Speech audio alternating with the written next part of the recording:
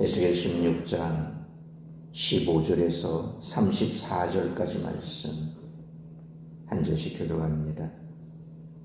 그러나 내가 내 화려함을 믿고 내 명성을 가지고 행음하되 지나가는 모든 자와 더불어 음란을 많이 행함으로 내 몸이 그들의 것이 되도다.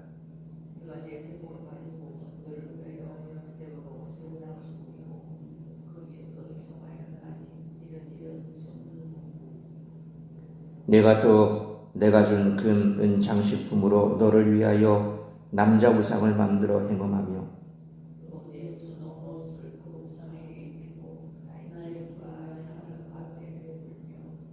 또 내가 내게 주어 먹게 한 내 음식물 곧 고운 밀가루와 기름과 꿀을 내가 그 앞에 베풀어 향기를 삼았나니 과연 그렇게 하였느니라. 주 여호와의 말씀이니라.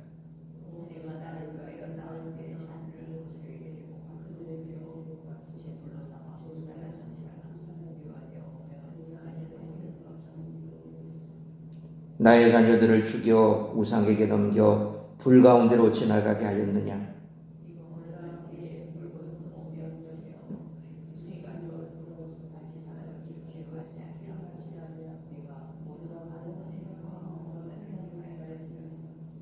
주 여호와의 말씀이니라. 너는 화 있을진저 내가 모든 악을 행한 후에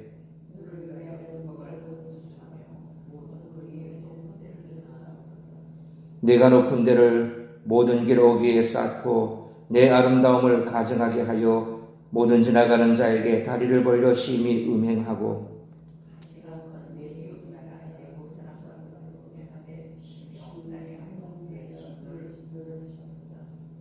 그러므로 내가 내 손을 내 위에 펴서 내 일용할 양식을 감하고 너를 미워하는 블레셋 여자 곧 내 더러운 행실을 부끄러워하는 자에게 너를 넘겨 임의로 하게 하였거늘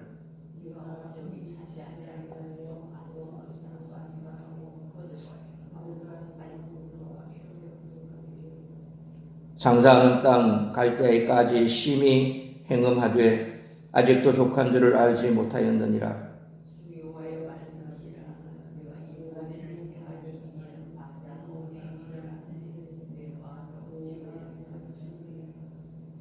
내가 누각을 모든 길 어귀에 건축하며 높은 데를 모든 거리에 쌓고도 값을 싫어하니 창기 같지도 아니하도다.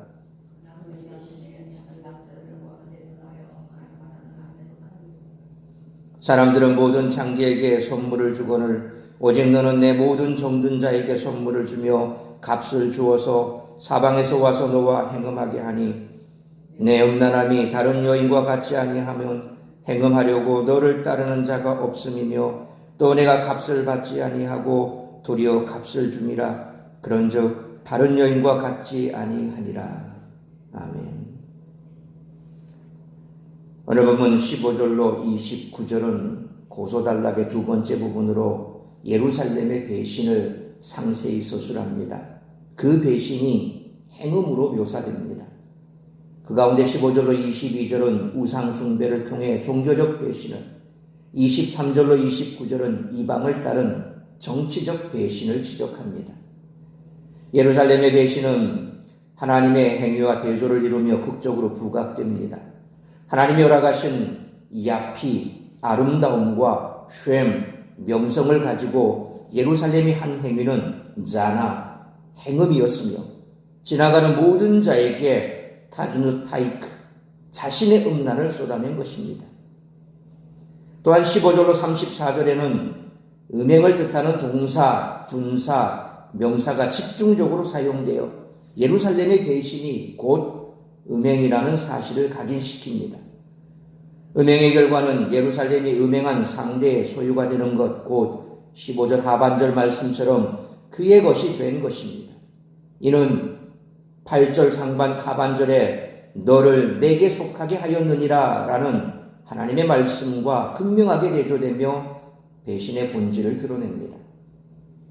이처럼 예루살렘의 배신은 자신의 아름다움에 대한 확신과 명성에서 비롯된 자만에서 시작되었습니다.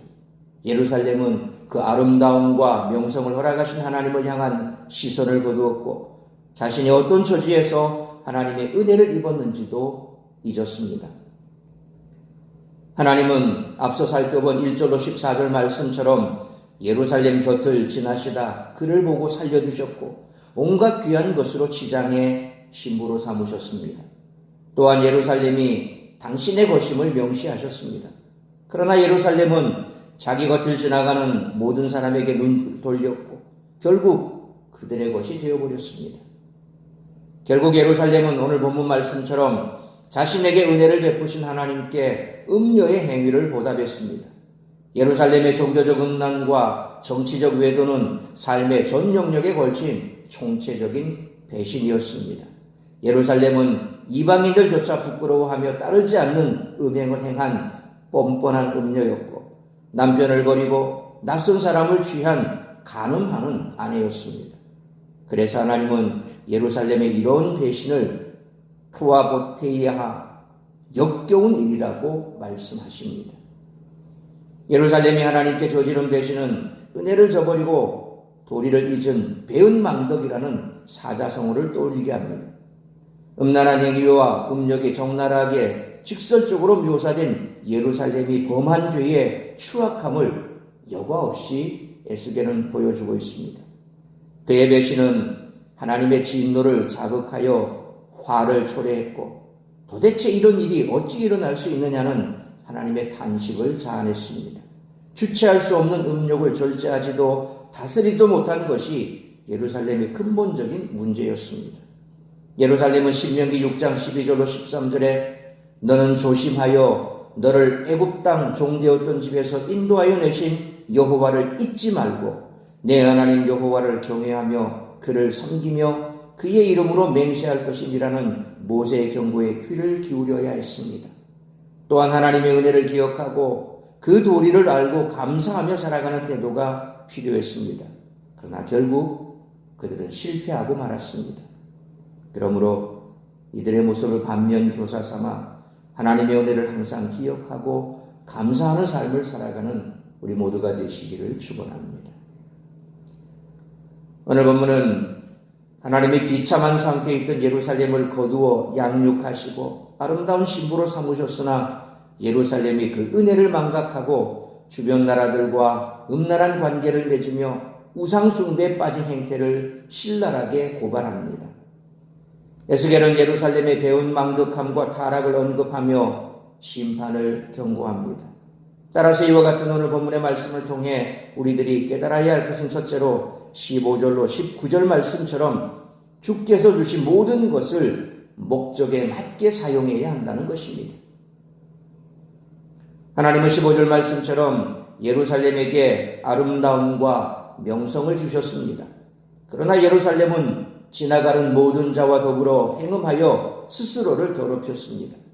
16절로 19절 말씀처럼 귀한 옷으로 산당을 꾸미고 금은 장식품으로 우상을 장식하고 하나님이 주신 기름과 향, 음식으로 우상에게 제사를 드린 것을 간음에 비유한 것입니다. 예루살렘은 하나님이 주신 것을 우상에게 바치는 영적 간음을 범했습니다. 성도는 하나님이 주신 재능, 물질 등을 자랑거리로 삼거나 다른 용도로 사용하는 어리석음을 범하지 않도록 깨어 있어야 합니다. 고린도전서 4장 7절에 누가 너를 남달리 구별하였느냐? 내게 있는 것 중에 받지 아니한 것이 무엇이냐? 네가 받은즉 어찌하여 받지 아니한 것 같이 자랑하느냐라는 경고를 기억하시기 바랍니다. 그러므로 모든 것이 하나님의 은혜임을 기억하고 주께서 주신 모든 것을 그 목적에 맞게 사용하는 신실한 성도로 살아가는 우리 모두가 되시기를 축원합니다. 두 번째로 20절로 29절 말씀처럼 작은 죄라도 버리고 멀리해야 한다는 것입니다. 예루살렘의 죄악은 여기서 그치지 않고 20절로 21절 말씀처럼 하나님이 주신 자녀들을 불살라 우상에게 제물로 바치는 끔찍한 죄까지 저질렀습니다. 22절 말씀처럼 자신의 출신을 잊어버린 결과입니다. 이스라엘은 더 나아가 23절로 25절 말씀처럼 거리의 여인처럼 음란하게 행음했습니다. 26절로 29절 말씀처럼 음력으로 가득해 애굽과 아수르와도 행음했고 갈대아까지 가서 심히 행음했습니다. 22절 말씀처럼 하나님이 베푸신 은혜를 잊고 온갖 가증한 일과 음행을 범한 것입니다. 한번 시작된 간음은 멈추거나 줄어들지 않고 오히려 격화되고 심화되었습니다. 야고보서 1장 14절로 15절 말씀처럼 욕심이 잉태한 즉 죄를 낳고 죄가 장성하여 사망을 낳습니다.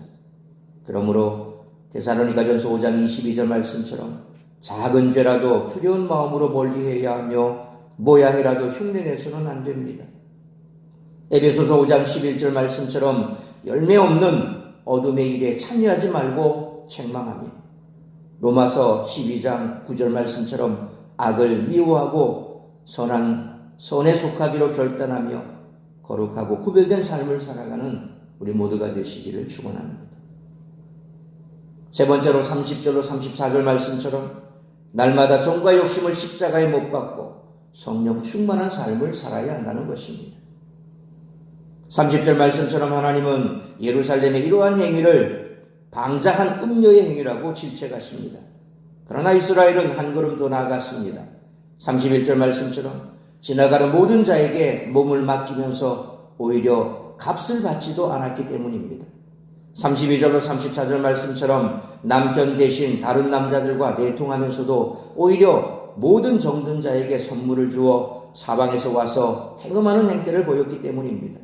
일반적인 창기는 돈을 위해 행음하지만 이스라엘은 행음 자체를 즐겼기 때문에 훨씬 더 심각한 상태라는 것입니다.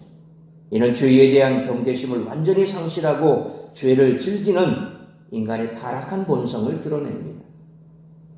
에스겔은 15절의 교만, 16절로 19절의 영적 간음, 20절로 21절의 인신공양, 22절의 망각, 23절로 25절의 음행, 26절로 29절의 이교도 국가와의 외교, 30절로 34절의 바닥까지 떨어진 도덕 수준 등을 지적하며 이스라엘이 심판을 피할 수 없음을 경고합니다.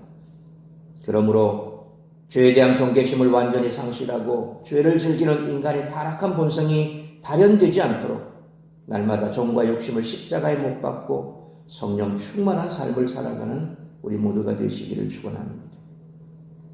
사랑하는 성도 여러분, 오늘 본문은 하나님의 은혜를 망각하고 자신의 아름다움과 명성을 의지해 음행과 우상 숭배에 빠진 예루살렘의 타락상을 통해 우리에게 경고합니다. 그러므로 우리는 하나님의 은혜를 잊지 말고 영적 간음에 빠지지 않도록 깨어 기도해야 합니다. 죄의 무감각한 상태에서 벗어나 거룩함을 추구하며 하나님과 친밀한 관계를 누리며 순결한 삶을 살아가야 합니다.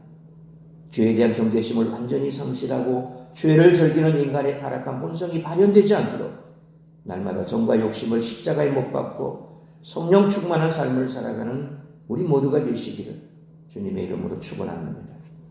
기도하겠습니다. 거룩하신 아버지 하나님, 은혜와 사랑을 감사합니다.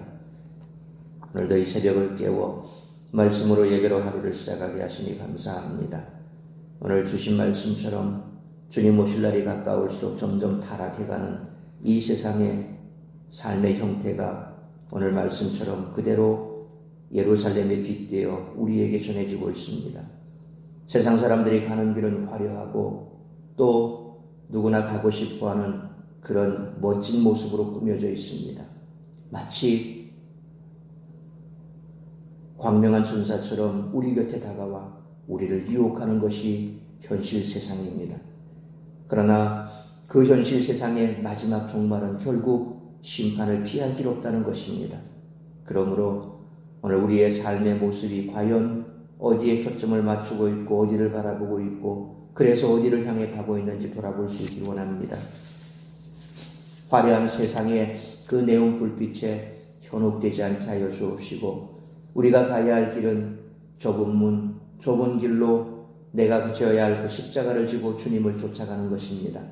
그리함으로 그 끝에 우리 주님 나를 맞아주실 것이요 완전한 승리와 그리고 우리를 향한 주께서 준비하신 면류관이 준비되어 있다는 사실을 잊지 말고 오늘도 세상과 구별된 삶, 그리하여 세상으로부터 우리 자신을 날마다 지켜낼 수 있도록 성령 충만하여 작은 죄라도 주님 앞에 토설하고 또한 회개하고 그리하여 우리의 삶이 더욱더 거룩하고 온전한 삶, 주님을 닮아가는 삶, 세상과 구별된 그런 삶을 살아갈 수 있도록 주께서 인도하여 주옵소서.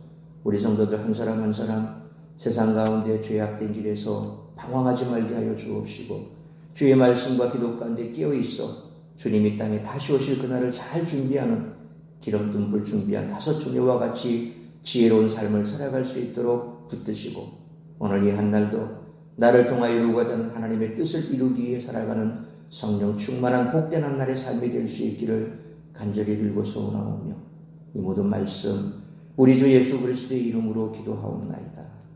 아멘.